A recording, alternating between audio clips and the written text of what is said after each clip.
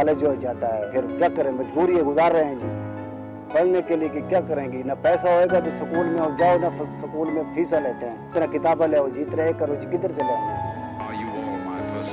ये हुकूमत वाले हमें कुछ भी नहीं दिया। आते हैं वोट कहते हैं जी वोट दो जी, ये करो जी वो करो जी। हम कहते हैं कैसे दें, हम ऐसे भूख से मर रहे हैं, तुमको वोटों की पड़ी हुई है।